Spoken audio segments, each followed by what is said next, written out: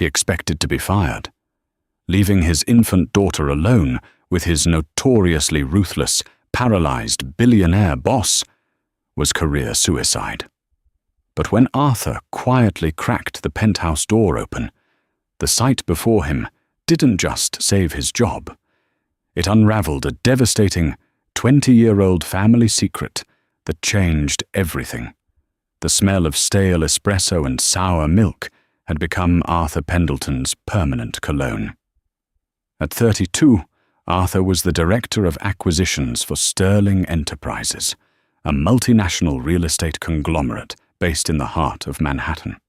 By all outward appearances, he was a rising star in the corporate world, sharp, relentless, and impeccably dressed in tailored navy suits.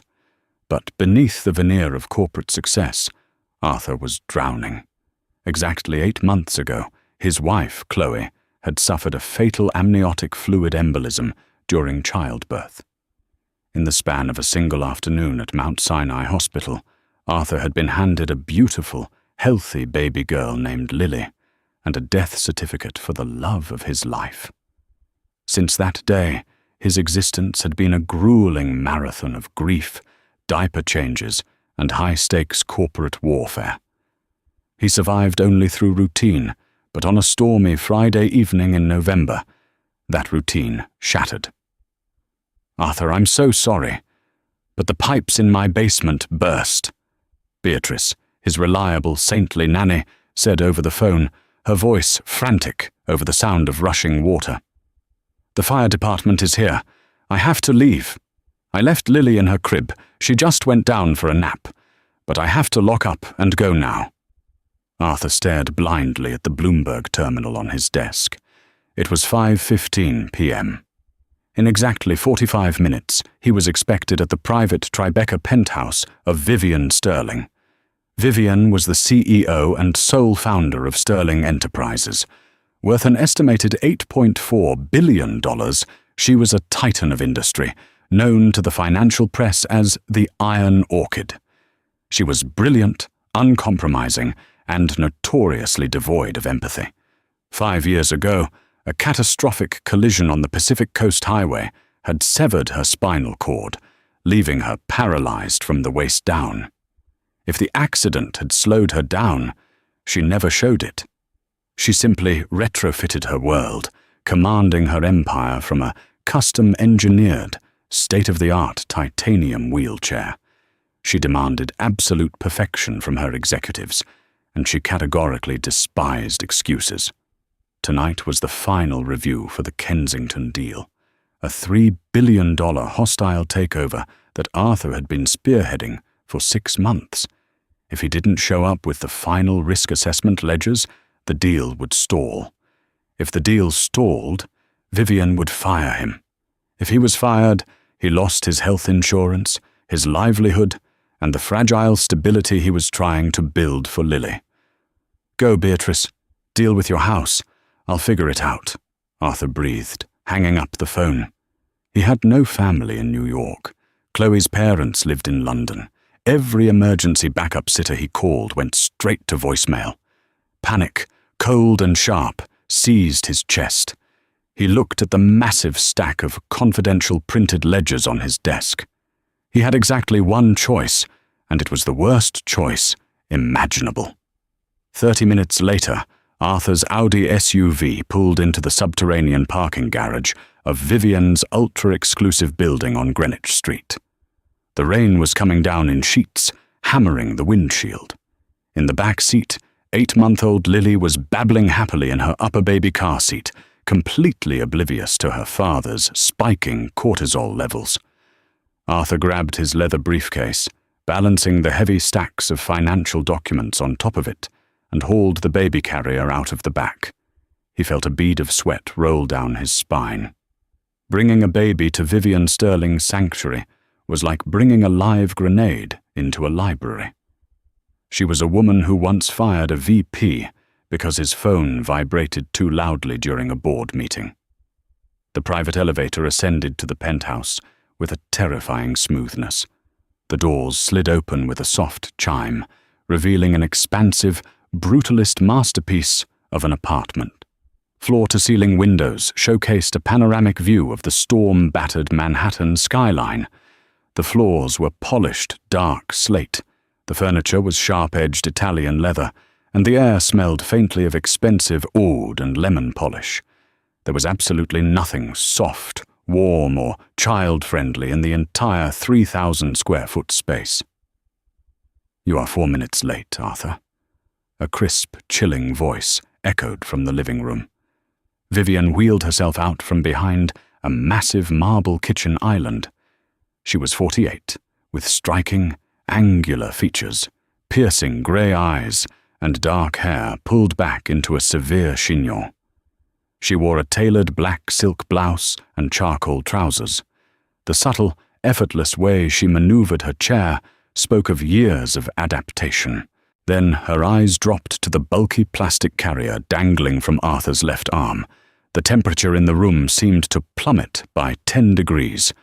Vivian stopped her chair, her manicured hands resting on the wheels. Her grey eyes narrowed into dangerous slits. "Arthur," she said, her voice dangerously quiet. "What is that?" "This is Lily, Ma'am," Arthur said, his voice tight.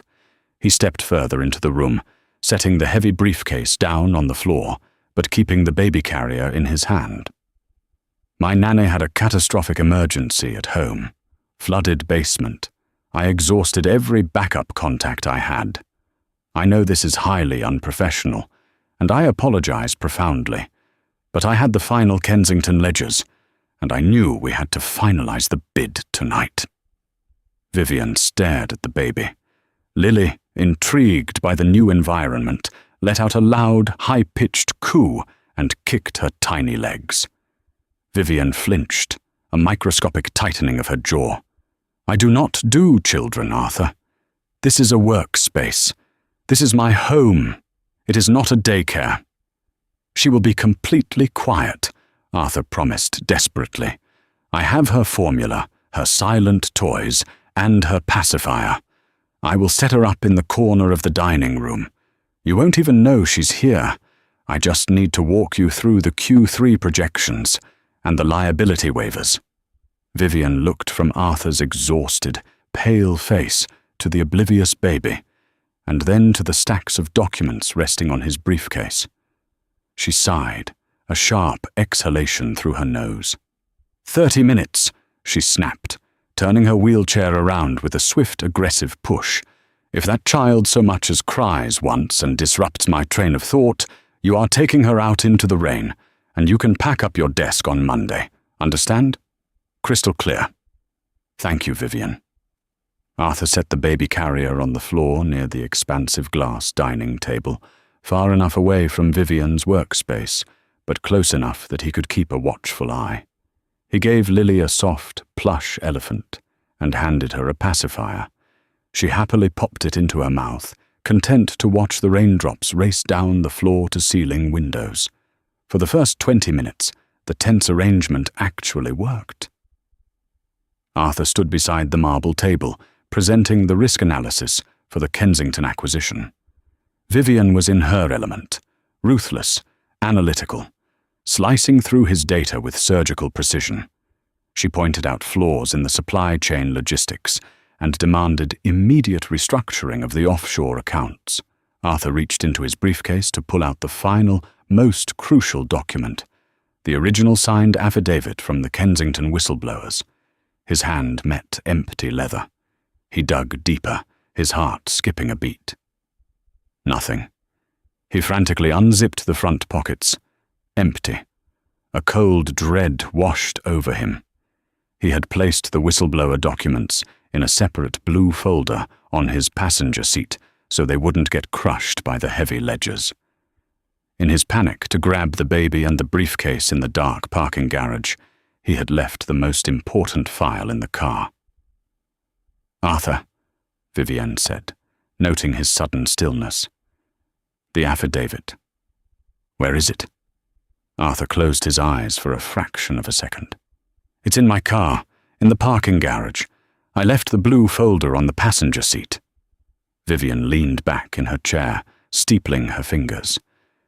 You brought a baby into my penthouse, but you forgot the single most important piece of legal leverage we have for a $3 billion deal. I will be right back.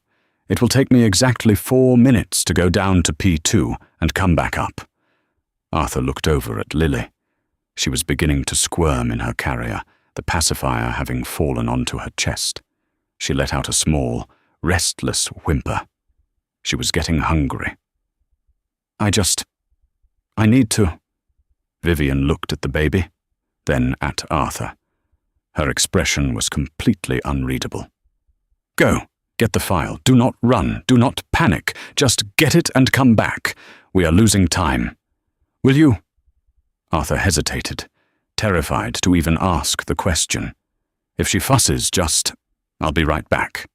I am paralyzed, Arthur. Not deaf or incapable of existing in a room with a minor, Vivian snapped.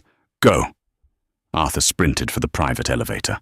The doors slid shut, and the descent felt agonizingly slow. He bolted out into the sterile concrete cavern of the parking garage, ran to his Audi, and ripped the passenger door open. He grabbed the blue folder. He mixed a bottle of Similac formula from the supplies in his diaper bag, shaking it vigorously as he ran back to the elevator. He pressed the button for the penthouse. The doors closed. The elevator rose 3 floors, and then stopped with a violent shudder. The lights flickered.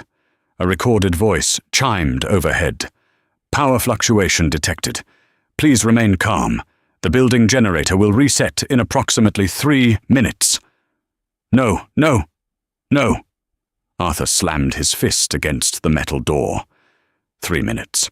3 minutes trapped in a metal box, while his hungry, easily startled infant was left alone with a woman known for making grown men cry in boardrooms. He imagined Lily wailing, the sound echoing off the cold slate floors. He imagined Vivian's absolute fury. He paced the small space, checking his watch every 10 seconds. Finally, the lights surged back to full power, and the elevator resumed its climb. When the doors finally slid open to the penthouse, Arthur braced himself for the sound of a screaming baby. Instead, there was absolute silence. Panic gripped his throat. Did Vivian wheel her into another room and shut the door? He stepped out of the elevator, clutching the blue folder and the freshly mixed bottle of formula. He hurried down the hallway and turned the corner into the expansive living area. What he saw stopped him dead in his tracks. Vivian was not at the marble table. She was not reviewing documents. She had wheeled her titanium chair over to the corner where Arthur had left the carrier. She had managed to unbuckle Lily from the seat. Vivian was leaning deeply back into her customized wheelchair, cradling the baby against her chest. Her posture was relaxed, supportive, and entirely natural. But that wasn't the shock. Vivian, the Iron Orchid, the woman who had mercilessly dismantled entire corporations without blinking, was feeding Lily. She held a spare emergency bottle Arthur had left in the side pocket of the bag. But it was the way she was holding the child, one hand gently supporting the base of Lily's neck, the other tilting the bottle at the perfect angle. And she was crying. Silent, heavy tears were tracing down Vivian's cheek, dropping onto her silk blouse. She was staring down at the baby with a look of such profound, agonizing tenderness that Arthur felt like an intruder for simply breathing. Then Arthur heard the melody. Vivian was humming. It was a soft, mournful tune, a French lullaby with a very distinct, unusual cadence. Arthur's blood ran completely cold. The blue folder slipped from his fingers, hitting the floor with a soft smack. He knew that melody. It wasn't just a generic nursery rhyme. It was a highly specific, intricate composition.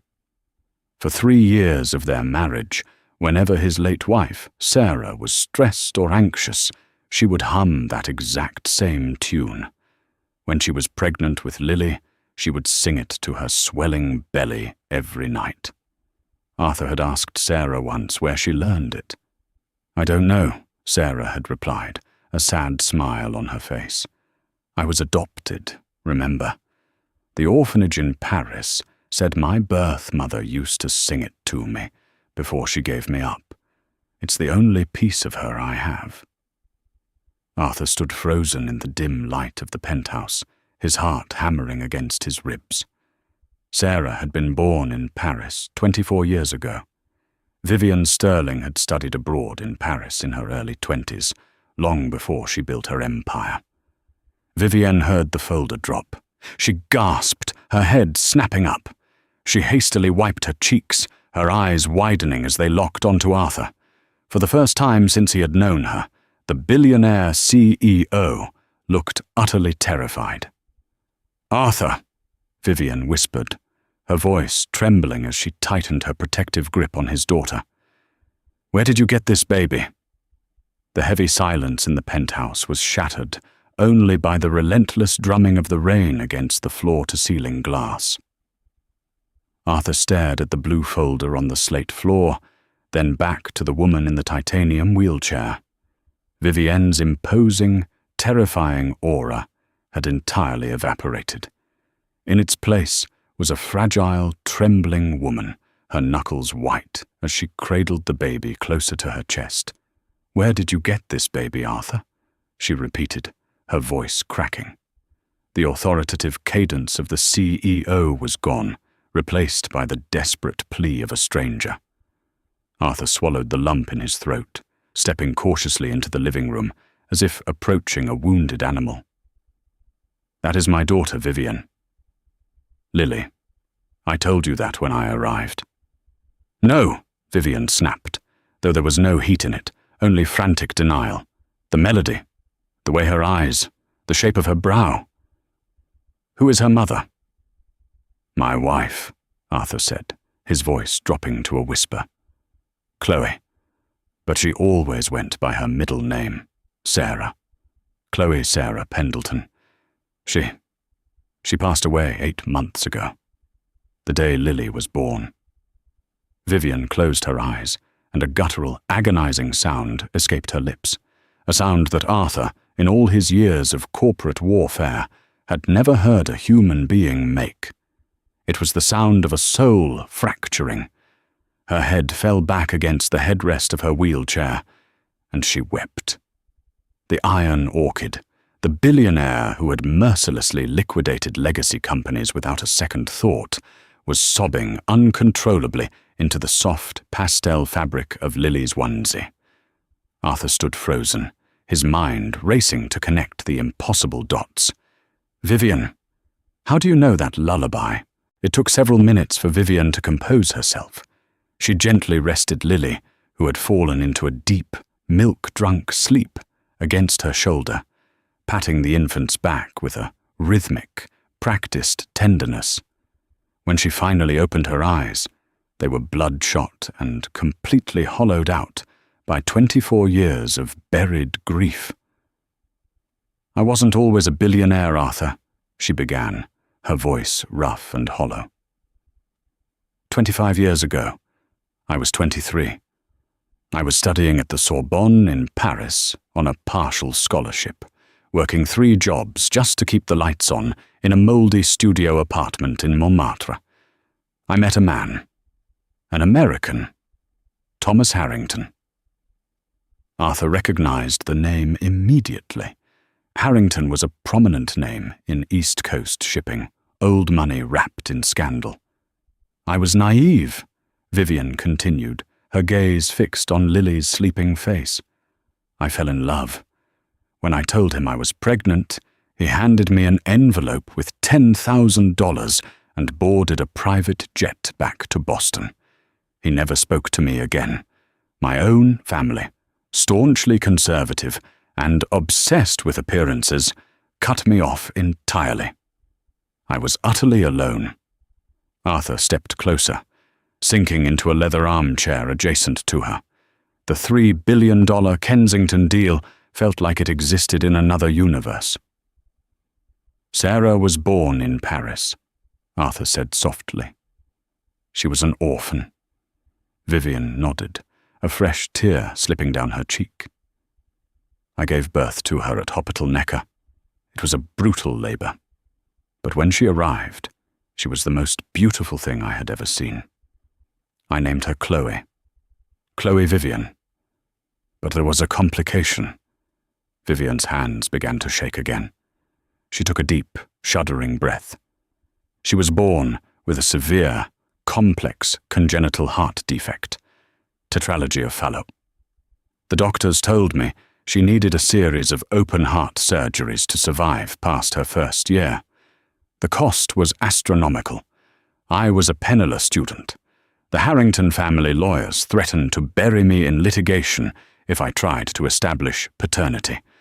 I had no money, no insurance, and a dying baby. Arthur felt the blood drain from his face. He remembered the faint, faded surgical scars on Sarah's chest. She had always been self-conscious about them, brushing them off as early childhood operations the orphanage had arranged. The French state, Vivian whispered, her voice breaking, would only cover the full, experimental surgical costs if the child was a ward of the state, if she was a registered orphan. The social workers gave me a choice: keep my pride and watch my infant daughter die of heart failure in my arms, or surrender my parental rights to the Sainte-Chapelle Home for Children so she could live. The sheer weight of the revelation hit Arthur like a physical blow. The ruthlessness, the coldness, the impenetrable armor Vivian wore. It wasn't born of corporate greed. It was forged in the absolute trauma of sacrificing her child to save her life. I signed the papers, Vivian cried, her tears falling freely now. I stayed in the hospital nursery until the very last second. I held her, and I hummed that lullaby to her, a song an old street musician used to play outside my window. I hummed it until they physically took her from my arms. I moved back to the States. I channeled every ounce of my rage, my grief, and my self-hatred into building sterling enterprises. I swore I would never be powerless again. I swore I would become so wealthy, so untouchable, that nobody could ever take anything from me again. Vivian, Arthur gasped, leaning forward, his head in his hands. She survived. Sarah survived. The surgeries worked. She was adopted by a British couple when she was 3. They moved to New York when she was a teenager. She was the most brilliant, compassionate woman I ever knew. She was an architect. Was she happy? Vivian asked, looking up at Arthur with a desperation that broke his heart. Tell me she was happy, Arthur. Please. She was, Arthur said, tears finally welling in his own eyes, mourning his wife all over again. She was fiercely loved. We had a beautiful life. She always wondered about her birth mother. She used to sing that lullaby when she felt lost. She thought you gave her up because you didn't want her. I wanted her more than I wanted air in my lungs, Vivian sobbed, burying her face into Lily's soft hair. I sold my soul to buy her a heartbeat. The storm raged on outside, but inside the penthouse, the corporate hierarchy had completely dissolved. Arthur and Vivian sat in the dim lighting for hours. The Kensington documents remained untouched on the floor. Arthur pulled out his phone, opening the hidden, password-protected album he hadn't been able to look at since the funeral. He handed the phone to Vivian. For the next 3 hours, they went through a decade of memories. Vivian saw her daughter graduate from Columbia University. She saw her laughing on a beach in Montauk. She saw Arthur and Sarah dancing at their wedding. With every photo, Vivian traced the screen with a trembling finger, memorizing the face of the daughter she had saved but never got to know. There's something else, Vivian said quietly, the sky outside beginning to lighten into a dull, bruised grey. She wheeled herself closer to the window, looking out over the city. You must think it's a cruel irony that I built an $8 billion empire, only to end up in this chair." Arthur remained silent, waiting. 5 years ago, Vivian continued, I had finally amassed enough wealth and private resources to find her. I hired an elite investigator, Robert Miller. It took him 2 years, but he finally cracked the sealed international adoption records. He called me on a Tuesday. He said he found her. She was living in Brooklyn. She was married to a young acquisitions executive. Arthur's eyes widened. You knew? 5 years ago? I was driving up the Pacific Coast Highway to meet Robert in person to collect the dossier, Vivian said, her voice eerily calm.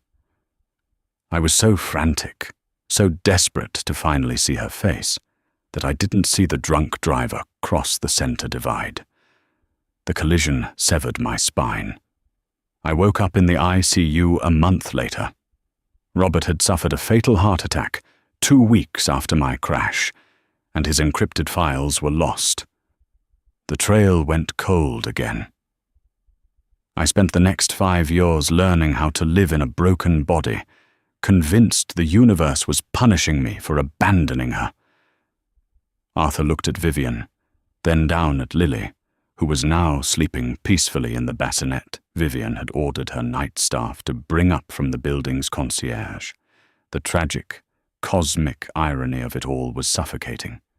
Vivian had hired Arthur 3 years ago because of his ruthless efficiency, completely unaware that she was hiring her own son-in-law. I am so sorry, Vivian, Arthur whispered. Vivian slowly turned her chair around to face him. The harsh, bitter lines that usually defined her face had softened. The iron orchid had withered, but something much more human was blooming in its place. Do not be sorry, Arthur, she said, her voice steadying, regaining a fraction of its usual command, but laced with profound warmth. You loved my daughter. You gave her a beautiful life. And you brought me my granddaughter. Monday morning arrived at Sterling Enterprises with an electric shockwave that rattled the entire financial district. The Kensington deal had fallen through, a $3 billion loss that would normally result in heads rolling across the boardroom floor. Instead, Vivian Sterling called a sudden emergency press conference. Arthur stood off to the side of the podium, holding Lily, as Vivian addressed the flashing cameras. Effective immediately, I am stepping down as CEO of Sterling Enterprises, Vivian announced, her voice echoing through the atrium. The press corps erupted into a frenzy of murmurs. I will remain on the board, but the day-to-day operations and the title of Chief Executive Officer will be transferred to Arthur Pendleton. Arthur's jaw tightened. They had discussed this for the last 48 hours, but hearing it out loud made it terrifyingly real. As for my immediate plans, Vivian continued, a genuine, radiant smile breaking across her face, a sight the financial press had never documented in 2 decades. I have a lot of lost time to make up for. I am going to be a grandmother. Over the next year, the penthouse on Greenwich Street transformed. The sharp Italian leather was replaced with soft sectionals. The polished slate floors were covered in thick, plush rugs. Vivian Sterling, the terror of Wall Street, spent her afternoons on the floor, as much as her mobility allowed, playing with blocks, reading French fairy tales, and humming a familiar lullaby to a little girl with silver-flecked eyes. Arthur found his footing as CEO, leading Sterling Enterprises with a blend of Vivian's strategic brilliance and his own empathetic nature. He was no longer drowning. He had a co-parent, a mentor, and a family. They had both lost Sarah, but in the wreckage of their shared grief, they had found each other. And as Vivian watched Lily take her first wobbly steps across the penthouse floor, reaching out for her grandmother's outstretched hands, she knew that every sacrifice, every tear, and every heartbreak had been worth it for this exact moment. Arthur never submitted the Kensington ledgers that night, but he secured something far more valuable. The ruthless iron orchid withered away, replaced by a devoted grandmother who finally found the family she sacrificed everything to save. From the ashes of profound grief, a shattered man and a paralyzed billionaire built a new empire together, one forged not in boardrooms or bank accounts, but in the enduring, unbreakable bonds of love.